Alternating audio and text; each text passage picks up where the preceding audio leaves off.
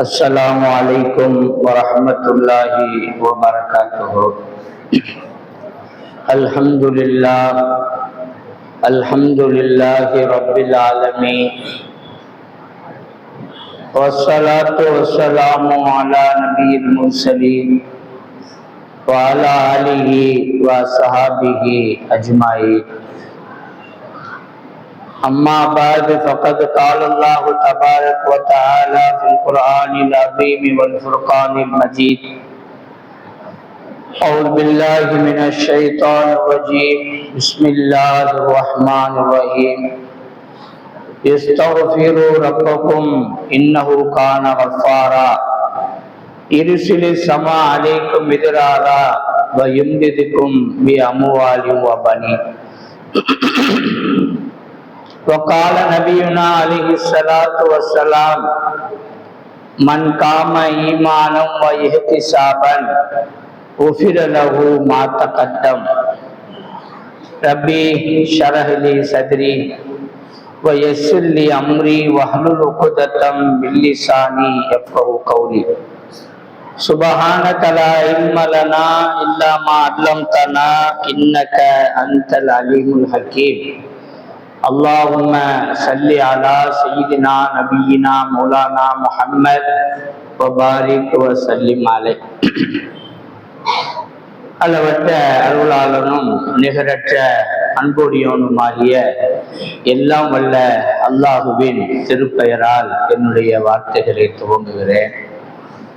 சாந்தியும் சமாதானமும் நமது நாயகம் ஈருலக தலைவர் எம்பெருமானார் முஹம்மது முஸ்தபா ரசூலே கரீம் ஸல்லல்லாஹு அலைஹி வஸல்லம் அவர்கள் மீதிலும் அவருடைய தோழர்கள், குடும்பத்தார்கள், உற்றார் உறவினர்கள், தாபீன்கள், தபா தாபீன்கள், நல்லவர்கள், நாதாக்கள், குறிப்பாக இங்கு ஒன்று கூடி இருக்கக்கூடிய நம் அனைவர்கள் மீதிலும் அல்லாஹ்வுடைய அன்பும் அருளும் பாக்கியமும் பரக்கத்தும் பாதுகாப்பும் என்றென்றும் நின்று நிலவட்டுமாக.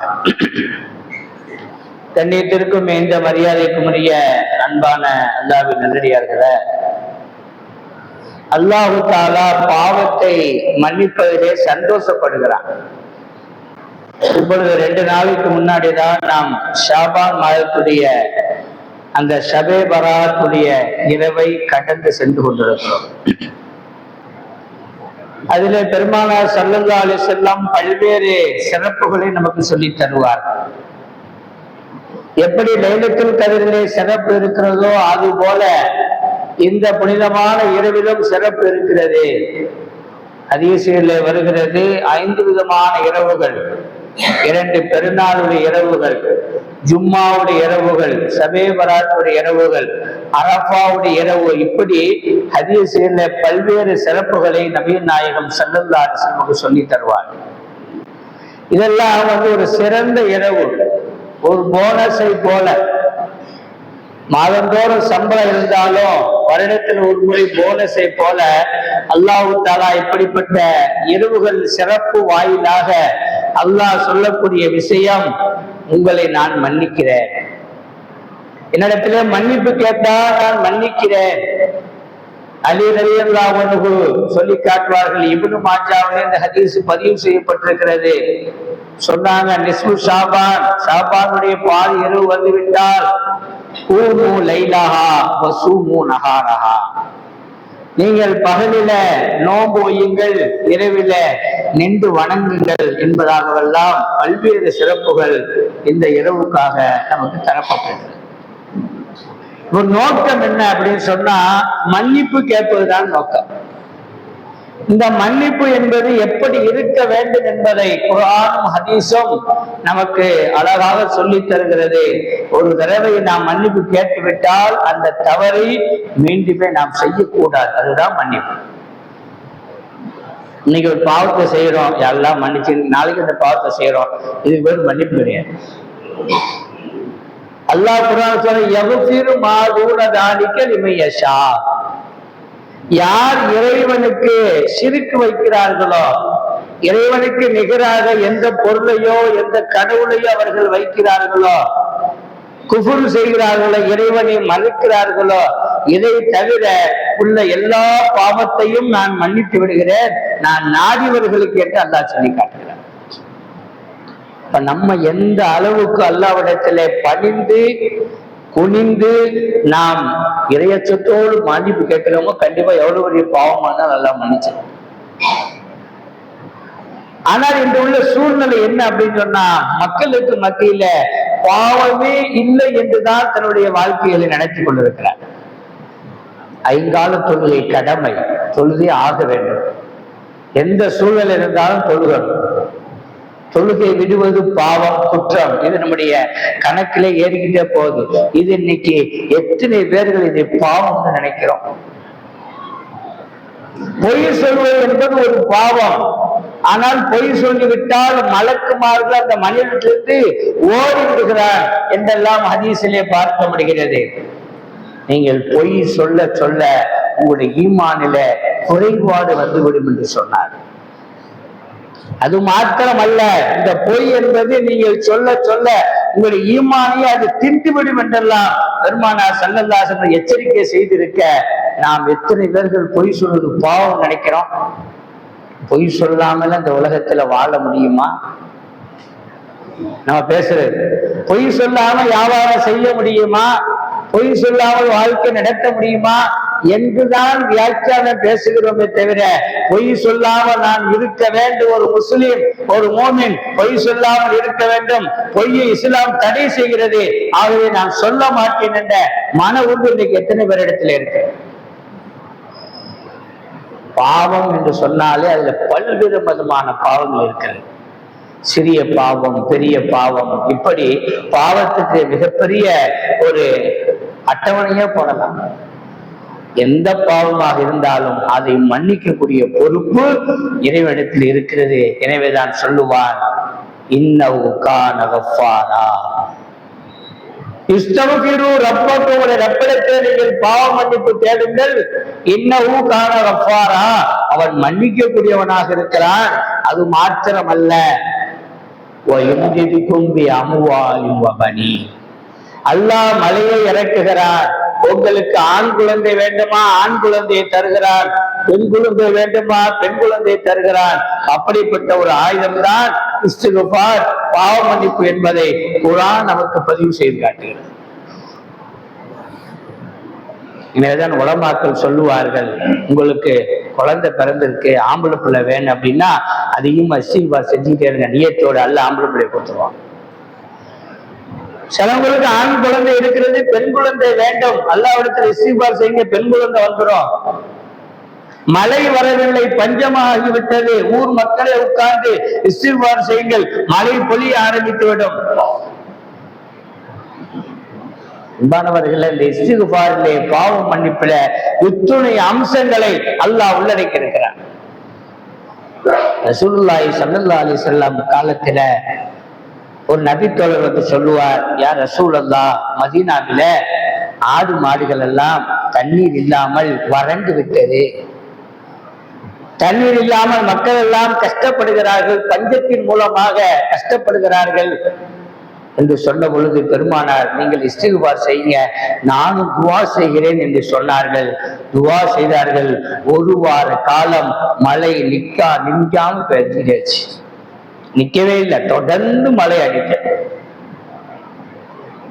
அந்த சாதி திரும்ப ஒரு வாரம் கழிச்சு வர்றாரு, சொல்றாரு, யாரும் சொல்லலாம், அதிகமான தண்ணீர் வந்து விட்டது, தேவைக்கு அதிகமாக தண்ணீர் வந்து விட்டது, ஆகவே நீங்க துவா செய்யுங்க யா ரசூலுல்லாஹ் என்று சொன்ன பொழுது பெருமானார் ஸல்லல்லாஹு அலைஹி வஸல்லம் சொன்னார்கள், மழை நிற்பதற்காக துவா செய்யக்கூடாது, காரணம் மழை அல்லாஹ்வுடைய ரஹ்மத்தாக இருக்கிறது, ஆகவே நீங்க வேற எங்கேயாச்சும் அல்லாஹ்வை மாற்றி விட்டு அப்படின்னு நான் துவா செய்யறேன் அப்படின்னு சொல்லி பெருமானார் ஸல்லல்லாஹு அலைஹி வஸல்லம் துவா செய்ய, அல்லாஹ் தேவையான இடத்துக்கு இந்த மழையை அனுப்புண்டாங்க.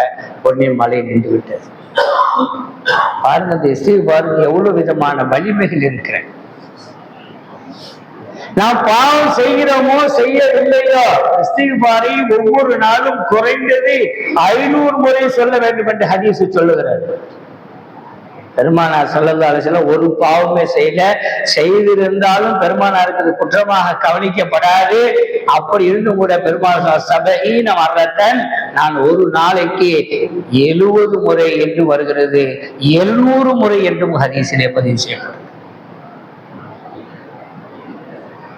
அல்லாஹ் நம்மை பார்க்க வேண்டும் என்று சொன்னார், அல்லாஹ்வுடைய பார்வை நம்ம மீது பட வேண்டும் என்று சொன்னால் அதற்கு இஸ்திக்பார், பாவ மன்னிப்பு மிக முக்கியமானது. அந்த பாவ மன்னிப்பை தான் இந்த ஷபே பராத் இரவில அத்துணை அடியார்களும் பெற்றிருக்கிறோம். இன்னைக்கு பெரிய வியாக்கியானங்கள் போல இந்த ஷபே பராத் இருக்குதா இல்லையா, என்ன ஏது, எந்த ஹதீஸ்ல இருக்கு, எந்த கித்தாப்ல இருக்கு, என்னமோ எல்லா கித்தாபையும் இவர்கள் கரைத்து குடித்து விட்டு வந்தது போல பேசுகிறாங்க. எங்க அல்லாஹ்வை வணங்குவதற்கு என்ன இருக்கிறது? தினந்தோறும் எந்திரிச்சு தஹஜ்ஜுத் தொழுவுங்க. யாரு உங்களை வேணாண்டா? ஏதோ அந்த இரவுல அல்ஹம்துலில்லாஹ் ஏதோ தொழுவட்டுமே அப்படின்னு அலிலாத்துல சொன்ன ஹதீஸை வைத்து இன்றைக்கு உலகம் முழுவதும், தமிழகம் முழுவதும், இந்தியா முழுவதும் இருக்கலாம் செய்து கொண்டிருக்கிறார். என்ன தப்புன்னு இருக்கு? ரசூலுல்லாஹ் தடுக்கலையே. ஒரு சில விஷயத்தை மார்க்கத்திலே நாம் நன்றாக புரிந்து கொள்ள வேண்டும். இதற்கெல்லாம் நாம் ஆதாரம் கேட்கிறோமோ அதெல்லாம் நம்முடைய ஈமானை பாதித்தோம் என்பதை நாம் மறந்துவிடக்கூடாது. இந்த இஸ்லாமே நம்பிக்கையின் அடிப்படையில் தான் உருவாக்கப்பட்டிருக்கிறது. வேதம் இறங்கியதை நாம் பார்த்தோமா? ரசூலுல்லாஹ் வந்ததை நாம் பார்த்தோமா? மலக்குமார்கள் வந்ததை நாம் பார்த்தோமா? ஆனால் நம்புகிறோம். ஆமன்து பில்லாஹி வ மலாயிகத்திஹி வ குதுபிஹி வ ருசுலிஹி லா நுஃபர்ரிகு பைன அஹதி மின்ஹும் வல் யௌமில் ஆகிரி வல் கதிரி கைரிஹி வ ஷர்ரிஹி மினல்லாஹி தஆலா வல் பாஸி பாதல் மௌத். யா அல்லாஹ், உன்னை நான் நம்புறேன், நீ இறக்கிய வேதத்தை நம்புகிறேன், நீ அனுப்பிய நபிமார்களை நம்புகிறேன், மறுமை நாளை நம்புகிறேன், கபரை நம்புகிறேன், கேள்வி கணக்கை நம்புகிறேன், மௌத்தானது பிறகு எழுப்பப்படுவோம் என்பதை நம்புகிறேன் இறைவா என்று நாம் மனதார இறைவனிடத்திலே சொல்லி இருக்கிறோமே. அப்ப அதை நம்பிக்கைக்கு இதுக்கு என்ன காரணம்?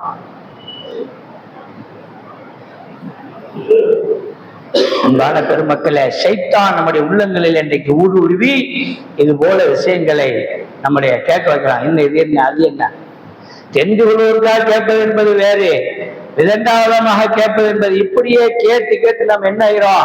அமல்கள் இருந்து விரண்டோடி விடுகிறோம். ஆனால் அதே நேரத்தில் இந்த மாதிரி புனிதமான இரவுகளிலே பித்அத்துகளை நாம் தவிர்க்க வேண்டும். மார்க்கத்திலே சொல்லப்படாத எத்தனையோ விஷயங்களை இன்றைக்கு சமூகம் செய்து கொண்டிருக்கிறது. அதை எந்த ஒரு ஆலிமும் எந்த மார்க்கமும் அதை அனுமதிக்கவில்லை. வீடுகள்ல பாத்தீங்கன்னு சொன்னா புத்தாடைகளை அணிந்து சோறாக்குறது என்ன, ரொட்டி சொல்றது என்ன, ஊதுவத்தி பத்தி வைக்கிறது, வாசனை திரையம் பழுத்தி வைக்கிறது. ஏங்க அப்படின்னு கேட்டா, இன்னைக்கு எங்களுடைய இறந்து போன தாய் தந்தையுடைய ரூஹானி வீட்டுக்கு வந்துட்டு போகும் அப்படின்னு ஒரு ஐதீகம்.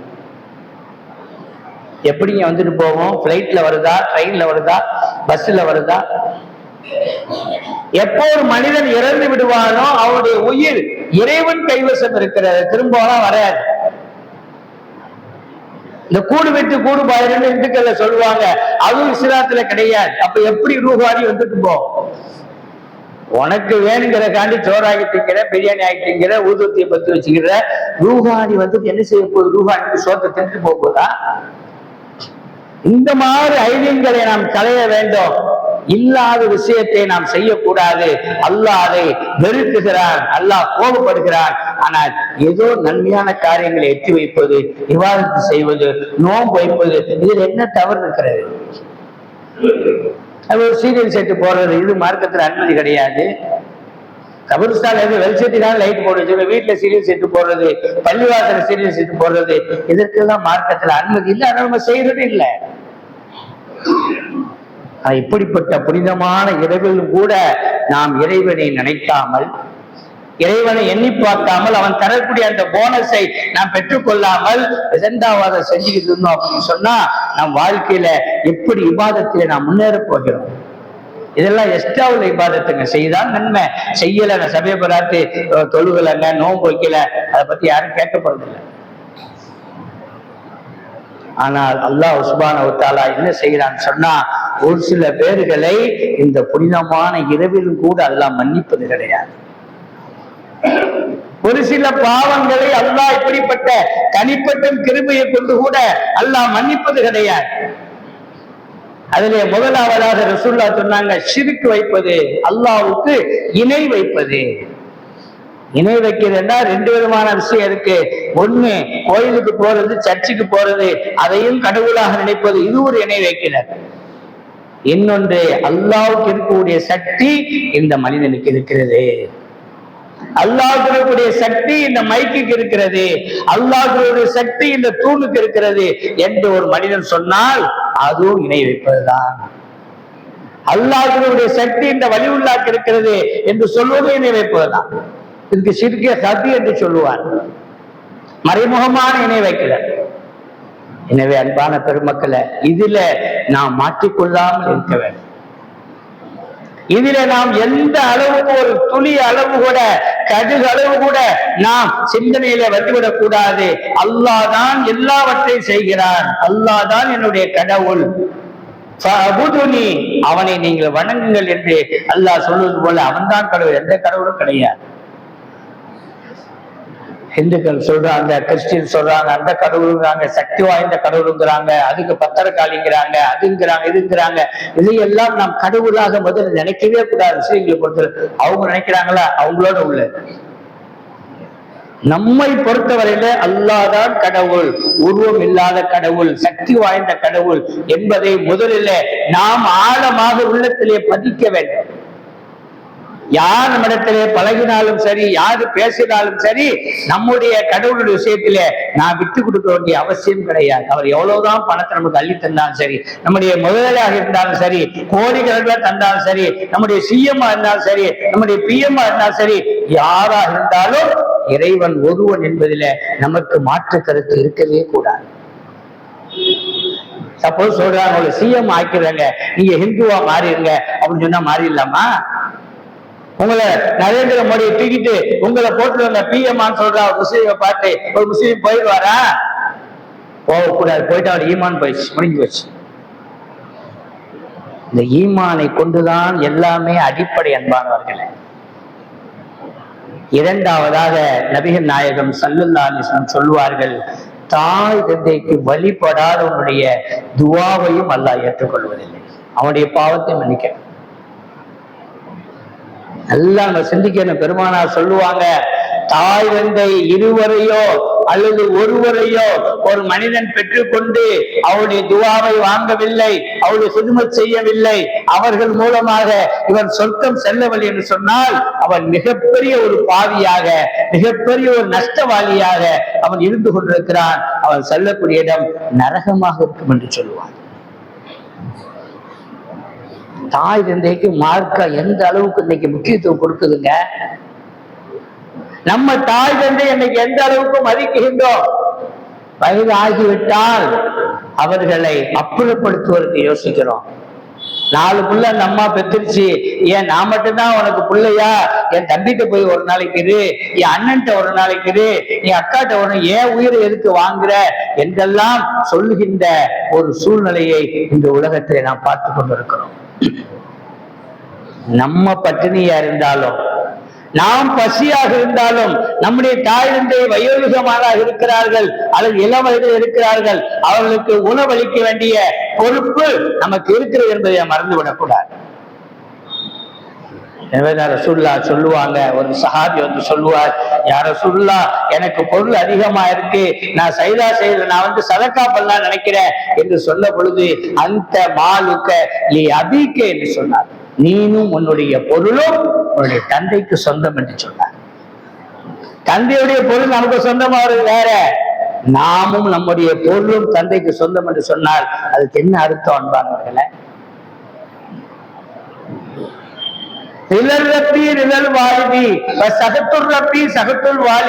பெருமானார் சொன்னாங்க, தந்தையுடைய பொருத்தம் தான் இறைவனுடைய பொருத்தம், தந்தையுடைய கோபம் தான் இறைவனுடைய கோபம்.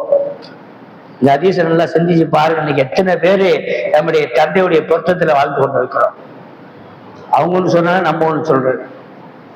கோவாதப்பா அந்த ஊருக்கு நான் போய்தான் ஆகுவேன், இதை செய்யாதப்பா நான் செய்யத்தான் செய்வேன், இங்க செய்யாத அதை செய்வேன், செய்ய மாட்டேன். இப்படி தந்தையுடைய விருப்பத்துக்கு மாற்றமாகத்தான் இன்றைக்கு இருக்கக்கூடிய குழந்தைகள் அத்துணை பேர்களுமே வாழ்ந்து கொண்டிருக்கிறோம். அல்லாஹ் பாதுகாக்கணும். ஆனா அல்லாஹ்வுடைய பொருத்தம் வேணுண்டா தந்தையுடைய பொருத்தம் கண்டிப்பாக நமக்கு வேணும்.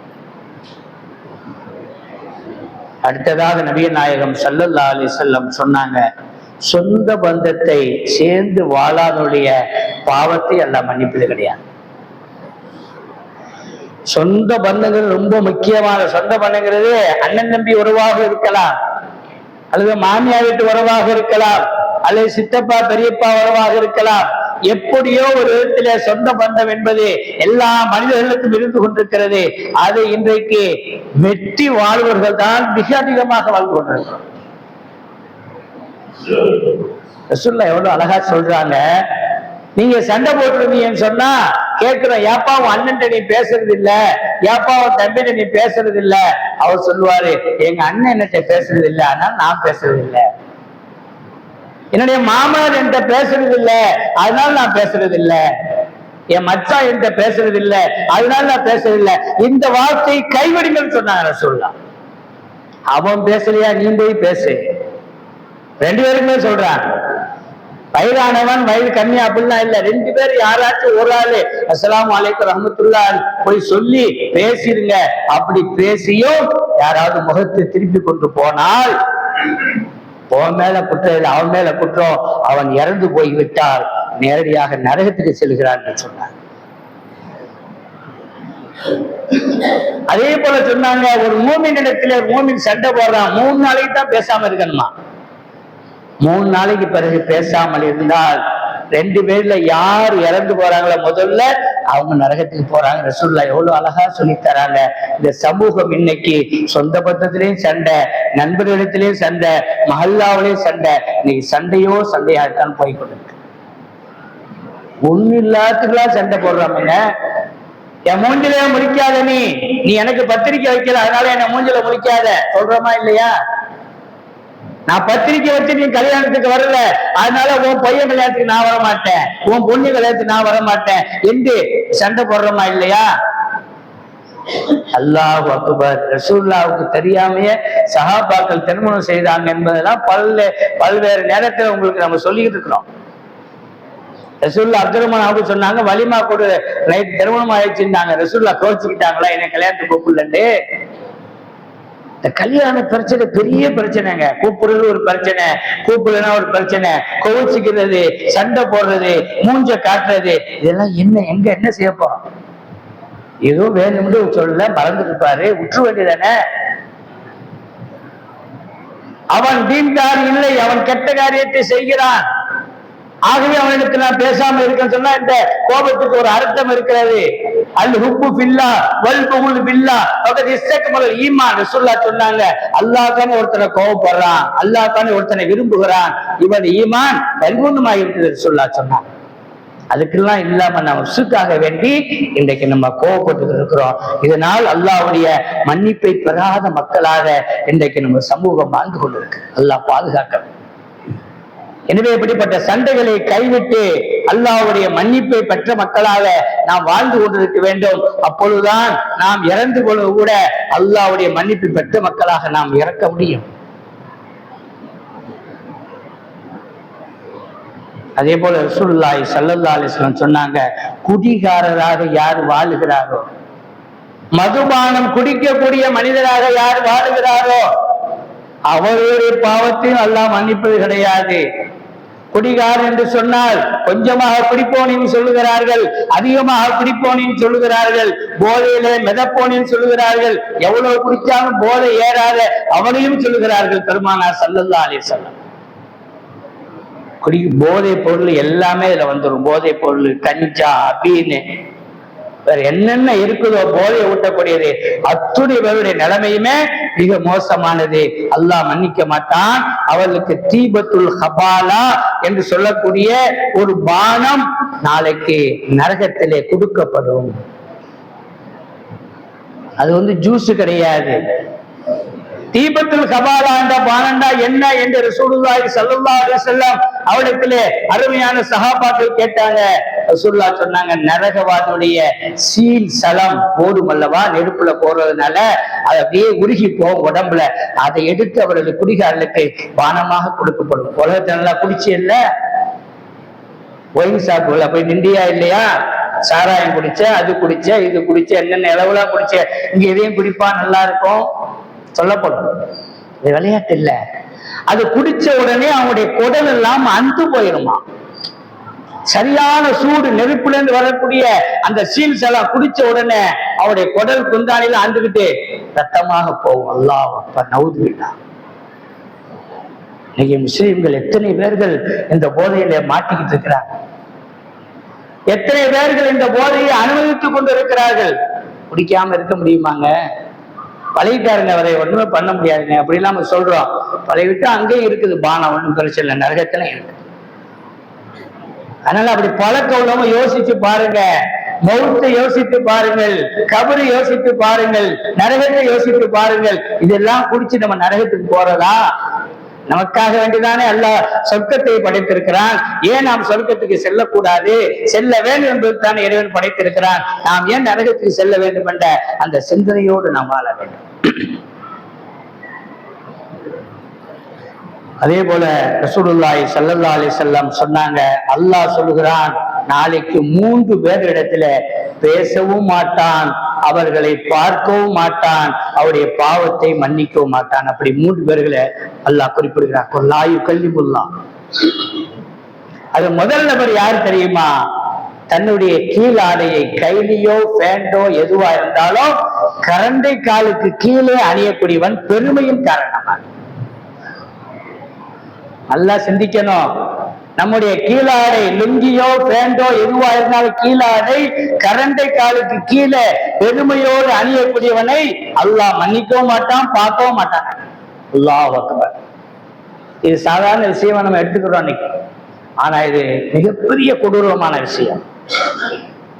இந்த ஹதீஸை சொன்ன நேரத்தில் அபூபக்கர் சித்தீக் ரலியல்லாஹு அன்ஹு கேட்கிறாங்க, யா ரசூலுல்லாஹ், எனக்கு கைது கட்டினா ஒரு பக்கமா இறங்கிடுது, ஒரு பக்கமா ஏறிடுது, என் தொப்பை எனக்கு கொஞ்சம் வயிறு பெருசு, நிக்க மாட்டேங்குது யார சொல்லலாம் என்று சொன்ன பொழுது ரசூலுல்லாஹ் சொன்னாங்க, அபூபக்கரே உங்களுக்கு கிடையாது, ஏன்னா உங்களுக்கு தொப்பை இருக்கிறதுனால கொஞ்சம் முன்ன பின்னத்தான் இருக்கும். வேண்டுமென்றே பெருமையாக யார் அணுகிறார்களோ அவர்களுக்கு தான் தண்டனை என்று பெருமானார் ஸல்லல்லாஹு அலைஹி வஸல்லம் குறிப்பிட்டார்கள் என்பதை நான் பார்க்க முடியும். இரண்டாவதாக ரசூலுல்லாஹ் சொன்னாங்க, அல்லாஹ் பார்க்காத மனிதன் தான் செய்த உபகாரத்தை சொல்லி காட்டுவார். ஒரு காலத்துல செல்வந்தர் இருப்பார், யாராச்சும் படிக்க வச்சிருப்பாரு, யாருக்காச்சும் ஆடை வாங்கி கொடுத்திருப்பாரு, யாருக்காச்சும் காசு கொடுத்திருப்பாரு, பணம் கொடுத்திருப்பாரு, அவன் முன்னேறி இருப்பான், பெரிய ஆளா இருப்பான். யாரு தெரியுமா? நான் கொடுத்து வந்தவங்க, இவன் என்னட்ட வேலை பார்த்தாங்க, இன்னைக்கு பெரிய ஆள் ஆயிட்டாங்க. இவன் சொல்லி காட்டுவன், தான் செய்த உபகாரத்தை சொல்லி காட்டுவன் என்று பெருமானார் ஸல்லல்லாஹு அலைஹி வஸல்லம் சொன்னாங்க. உபகாரம் அல்லாஹ் செய்ய வைக்கிறான், அதை என்னைக்கு நாம் சொல்லி காட்டவே கூடாது. சொல்லிட்டோம்னு சொன்னா அந்த பாவத்தை மன்னிப்பே கிடையாது, அல்லாஹ்வும் திரும்ப செய்ய மாட்டான், பார்க்கவும் மாட்டான். நாம் செய்வது கொஞ்சமா இருக்கும், அதிகமா இருக்கும், கண்டிப்பாக நாம் எந்த காலத்திலும் யாரிடத்திலும், மனைவியிடத்திலோ, மக்களிடத்திலோ, சமுதாயத்திடத்திலோ நான் தான் கொடுத்தேன் என்று சொல்லவே கூடாது. ஆனா இன்னைக்கு சர்வசாதாரணமா இதை நம்ம செஞ்சுக்கிட்டு இருக்கிறோம். எல்லாமே அல்லாஹ்வுடைய பாவத்தை மன்னிக்காத கூட்டத்தை நாம் இருந்து கொண்டிருக்கிறோம். மூன்றாவதாக ரசூலுல்லாஹி ஸல்லல்லாஹு அலைஹி வஸல்லம் சொல்லுவாங்க, பொய் சத்தியம் செய்து வியாபாரம் செய்பவர். பொய் சத்தியம் செய்து வியாபாரம் செய்பவர், சொல்லி வியாபாரம் செய்யறான், அதுல பொய் சத்தியம், நான் இவ்வளவு தாங்க வாங்கினேன், எனக்கு அசலே ஒரு ஆகுதுங்க, நான் எப்படி அவ்வளவு தர முடியும் என்று சொல்றானே, இது பொய் சத்தியம். சத்தியமா சொல்றேன், 10 ரூபாய்க்கு வாங்கினாங்க, 5 ரூபாய்க்கு வாங்கியிருப்பார். ஆனா உண்மையிலேயே 10 ரூபாய்க்கு வாங்கிருந்த சத்தியம் தான் தவறு கிடையாது. ஆனால் பொய் சத்தியம் செய்து விட்டால் இதற்காக வேண்டியும் அல்லாஹ் நாளை மறுமையில மன்னிக்க மாட்டான், அவளை பார்க்க மாட்டான், பேச மாட்டான். அவன் எங்கு செல்லுவான்? நரகத்துக்கு தான் செல்லுவான். நவுது பில்லாஹ். அல்லாஹ் எத்தனையோ விதமான பாவங்கள், குடிகாரருக்கு அல்லாஹ் பாவத்தை மன்னிக்கிறது இல்லை, விபச்சாரம் செய்வது அல்லாஹ் பாவம் மன்னிப்பது கிடையாது, கொலை செய்வன் அல்லாஹ் மன்னிப்பது கிடையாது. அதே போல் நான் சொன்ன இந்த 3 விஷயம், தன்னுடைய கீழ் ஆடையை பெருமையின் மூலமாக கரண்டை கால் கீழே கட்டுபவன், அதே போல இரண்டாவதாக தான் செய்த உபகாரத்தை சொல்லி காட்டுபவன், பொய் சத்தியம் செய்து வியாபாரம் செய்வது. 3 பேர் ரொம்ப கவனமாக நாம் இருக்க வேண்டும். இதுல எல்லா சமுதாய மக்களும் நீங்க மாட்டிக்கிட்டு பொய் சொல்லாத அளவுக்கு வியாபாரம் பண்ண பழவுங்க. இல்லைங்க கட்டுப்படி ஆகாதுங்க, ஒவ்வொன்னா கொடுக்குறேன்னு சொல்லுங்க, என்ன தப்பு இருக்கு? அல்லாவுடைய நாட்டில வியாபாரம் நடக்க போகுது. வியாபாரத்துல லாபத்தை தருவான் அவன் தான், நஷ்டத்தை தருவான் அவன் தான்.